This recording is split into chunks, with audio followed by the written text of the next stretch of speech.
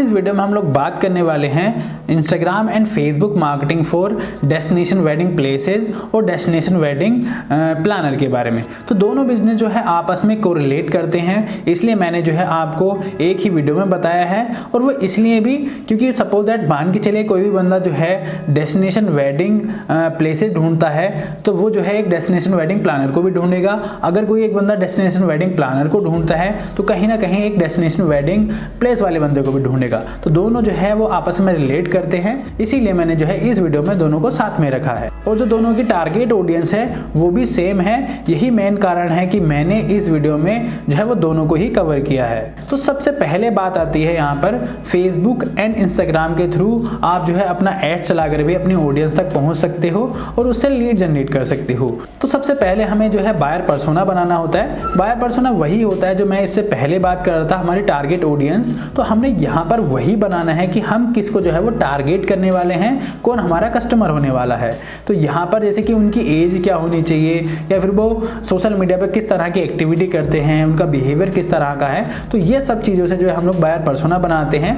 जैसे कि मान के चलिए जो हमारा बिहेवियर होता है वो किस तरह का बिहेवियर है। सपोज जैसे कि बिहेवियर एक्टिविटी से देखा जाए तो यहाँ पर शादी.com और जीवनसाथी.com और जो मैट्रिमोनियल वेबसाइट होती हैं, यहाँ पर जो हमारा जो टारगेट ऑडियंस होगी वो ये होगी। जैसे मान के चलिए हमारा जो जीवनसाथी.com है, मांगल.com, वेडिंग वायर, वेडमी गुड, वेडिंग बाजार, फैब वेडिंग। तो जो लोग इन पर जो है अपनी जो प्रोफाइल बनाए हुए हैं या फिर जो यहाँ पर एक्टिविटी करते हैं उनको हमारे ऐड दिखें। या फिर मान के चलिए जो लोग इवेंट्स वगैरह में, जैसे कि इवेंट सेक्शन होता है फेसबुक में, जो लोग इंगेज्ड हैं या जो लोग शादी करने वाले हैं उनको हमारे ऐड दिखने चाहिए। तो इस तरह से जो है हम लोग अपना एक बायर पर्सोना बनाएंगे।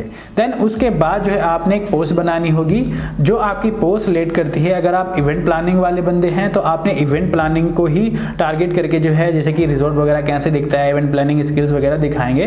देन उसके बाद टारगेट ऑडियंस को जो है अपना दिखाते हैं। सेम सिनेरियो में अगर आप एक डेस्टिनेशन वेडिंग प्लेस वाले बंदे हैं तो आपने फोकस करना होगा अपने प्लेस पर और उस प्लेस के अकॉर्डिंग आप एक प्रमोशनल पोस्ट बनाएंगे और अपने टारगेट ऑडियंस को दिखाएंगे।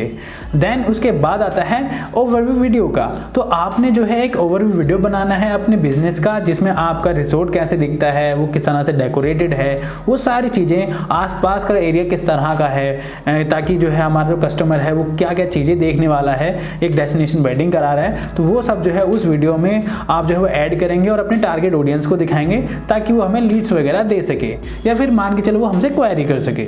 आप चाहो तो उससे जो है अवेयरनेस कर सकते हो, आप चाहो तो उससे लीड जनरेट कर सकते हो। ये आप पर डिपेंड करता है कि आपका जो ऑब्जेक्टिव है वो क्या है। आप अवेयरनेस करना चाह रहे हो या फिर आप उनसे लीड या क्वेरी जनरेट करना चाहते हो। इसके बाद बात आती है कंटेंट मार्केटिंग की, कि हम फेसबुक और इंस्टाग्राम पर अपना कंटेंट जो है वो किस तरह से अपलोड करेंगे। तो यहाँ पर हमारा जो कंटेंट है वो हमारे बिजनेस के ही रिगार्डिंग होगा। जैसे हम लोग जो है प्रमोशनल पोस्ट बना सकते हैं, पोस्ट अपलोड कर सकते हैं, फोटो शेयर कर सकते हैं। अगर हमारे यहाँ पर कोई इवेंट वगैरह हुआ है, जैसे कि हमारे यहाँ कोई डेस्टिनेशन वेडिंग वगैरह हुई है, तो हम लोग उनको शेयर कर सकते हैं। हमारे आसपास क्या क्या चीज़ें हैं उन सब चीज़ों को हम लोग जो है वहाँ पे शेयर करेंगे। तो हम लोग जो है प्रमोशनल पोस्ट शेयर कर सकते हैं या फिर हम लोग जो है फोटोज़ या जैसे कि मान के चलिए फेस्टिवल आते हैं, उन फेस्टिवल हम लोग क्रिएटिव बना सकते हैं। कुछ अपने बिजनेस के रिगार्डिंग जो है मीम्स वगैरह बनाकर अपलोड कर सकते हैं। या फिर आपके यहाँ पर जो भी वेडिंग होती है आप उसको जो है अपना रील्स की फॉर्म में शेयर कर सकते हो, वीडियोस की फॉर्म में फेसबुक पर शेयर कर सकते हो। तो जो जो चीज़ लगता है कि आपका क्लाइंट जो है, जो आपका कस्टमर है वो आपसे इंप्रेस हो सकता है, वो चीज़ आप सोशल मीडिया में डालोगे। लेकिन आपने एक चीज़ ध्यान में रखना है कि सारा कंटेंट जो है वो एकदम प्रोफेशनल होना चाहिए, क्योंकि आपका जो टारगेट ऑडियंस है वो एकदम प्रीमियम है। तो आपने इस बात का ध्यान रखना है। इसके बाद बात आती है टेस्टिमोनियल की। तो आपने जिनकी शादी करा चुके हैं, आप चाहो तो वेडिंग कपल को ले सकते हो या फिर आप उनकी फैमिली से किसी को ले सकते हो, उनका टेस्टिमोनियल रिकॉर्ड करके अपनी सोशल मीडिया पे डाल सकते हो। या फिर मान के चलिए आप जो है वेडिंग कपल की स्टोरी वगैरह भी कवर कर सकते हो कि भाई एक रील बना दो कि इन लोगों की क्या क्या डिमांड थी, कि हमारी डेस्टिनेशन वेडिंग प्लेस में क्या क्या चीज़ें होनी चाहिए, या फिर डेस्टिनेशन वेडिंग प्लानिंग की जो चीज़ें थी उसमें क्या क्या उनकी डिमांड थी।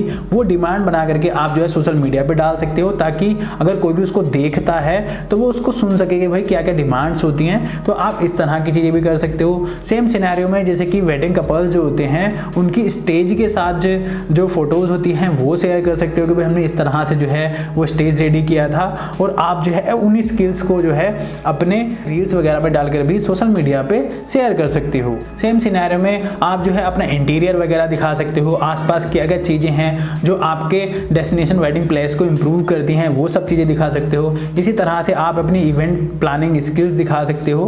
तो ये बहुत सारी चीज़ें हैं जो सोशल मीडिया पे आप जो है वो अपलोड कर सकते हो। तो इस तरह से जो है आप अपना डेस्टिनेशन वेडिंग प्लेस या फिर डेस्टिनेशन वेडिंग प्लानिंग का जो बिजनेस है आप उसको इंस्टाग्राम पर और फेसबुक पर ग्रो कर सकते हो। उम्मीद करता हूँ आपको वीडियो पसंद आया होगा। अगर वीडियो पसंद आया है तो लाइक और शेयर करना।